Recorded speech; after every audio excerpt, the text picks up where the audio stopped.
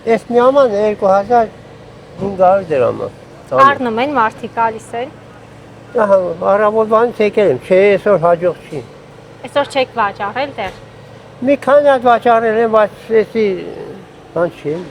Քանի ժամա որ ստեղ եք։ Առավոտվա ժամի 10-ին, 11-ին ստեմ եմ։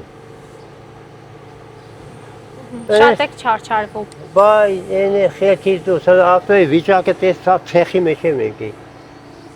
Որտեղից եք գալիս։ Ջուղից, Արագած ջուղից եմ։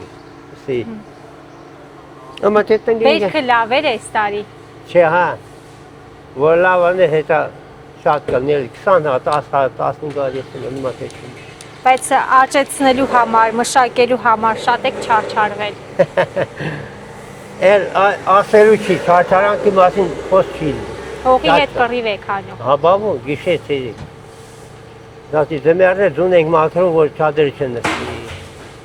Շատ չարչարանքը շատ հենավոր, ինչ հարած, էլի ոչինչ։ Դժգոհ չենք, էլի ըլնում այլ մի բան կա։ Որ դժգոհանենք ինչ կարանք անենք, ոչ մի բանի չենք կարող։ Անցած տարվա համեմատ թանկ եք վաճառում, հիմա էժան եք վաճառում։ Համարը կարելի է ասել, որ նույնն է, այլի, նույնն է։ Հենց անդեր կա բան։ Տգուտի։ Ինատե գիանսա, իրանեղ կոսակ, կարող իր վիճակն ավելի լավ է, ինչ իմանա։ Ռուսական շուկան հայկական գյուղմթերքը չի ընդունում։ Դուք եք դուժել դրանից։ Ահա ես ոչ Ռուսաստան եմ ուղարկում, ոչ մի տեղ։ Ինչ արանում որ ուղարկեմ, բերում եմ թե ծախում։ Չէ, ձեզ վրա ազդեցություն թողել է,